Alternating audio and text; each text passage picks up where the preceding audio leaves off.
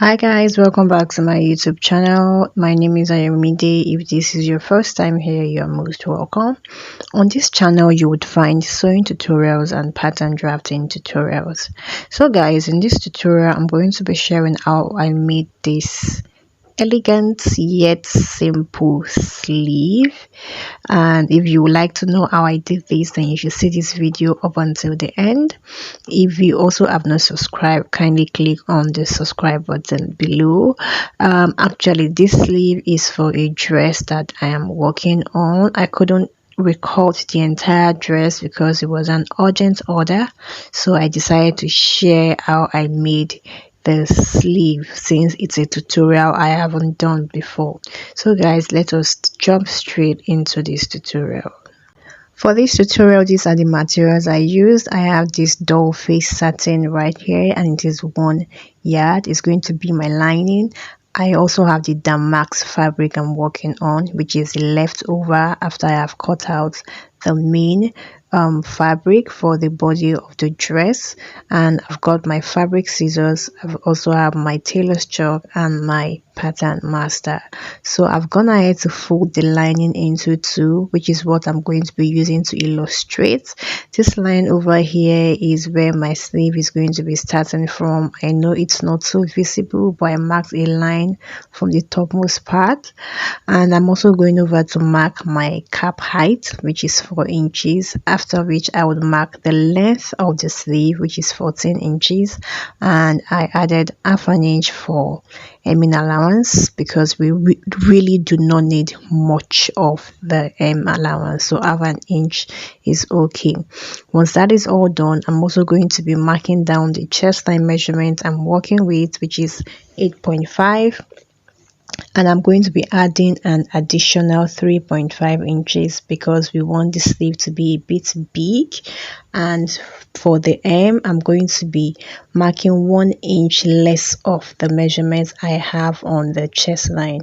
So totally on the chest line I have 12 inches, but on the hem I marked 11 inches. So once that is done, I would also go over and then draw my armhole curve on the sleeve. The next thing to do is to draw the curve around the hem of the sleeve, and to do that I'm going to be marking 8 inches downward. So that's what I'm going over to do, after which I'm going to be using my hand to create a curve from this side of the sleeve up until the folded area. So I'm just going over to create my curve as I desire, and once that is done, I'm going to be cutting out the sleeve. So you can make yours higher, you can make it more curvy than this. It's really dependent on how you want it, but this is fine and okay for me. So guys, I'm just going over to cut out, and I'm going to be using this to cut on the main fabric. So let me just open up for you all to see. It looks kind of funny though, but this is what it looks like. Well, when you're done sewing, you would see the outcome. So I've gone ahead to cut on the main fabric, and this is also what it looks like on the main fabric. What I'll do is to iron interfacing on just the lining. So I used a medium strength interfacing on the lining. You don't want to use something too thick because you don't want it to be too stiff. So that's what I'll go over to do. Like I said, I've gone ahead to iron in interfacing on just the lining. So to move on, I'm going to be placing the right sides of the main fabric against the right sides of the lining, and the first thing I will do is to sew it around the hem all the way downwards.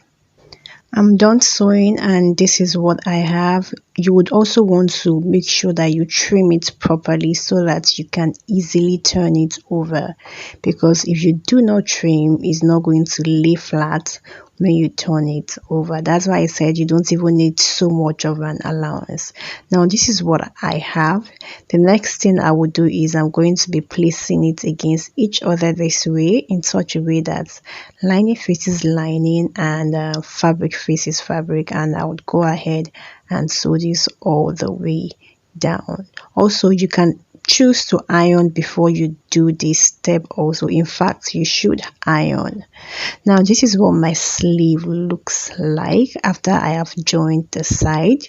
This is the side of the sleeve that I have joined. Let me bring it closer to the camera so that you can see the side seam. So joining your sleeve that way would help to conceal the side seam and hide all of your seam allowances inside.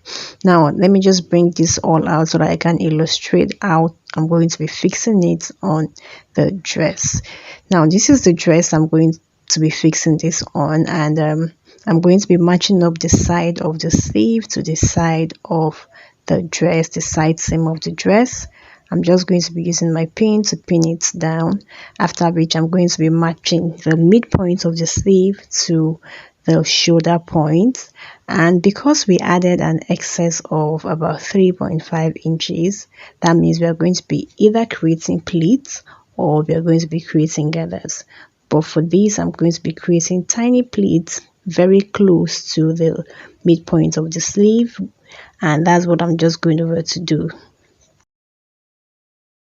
So guys, I'm just going to go over to my sewing machine and then stitch the sleeve to the armhole and show us the outcome.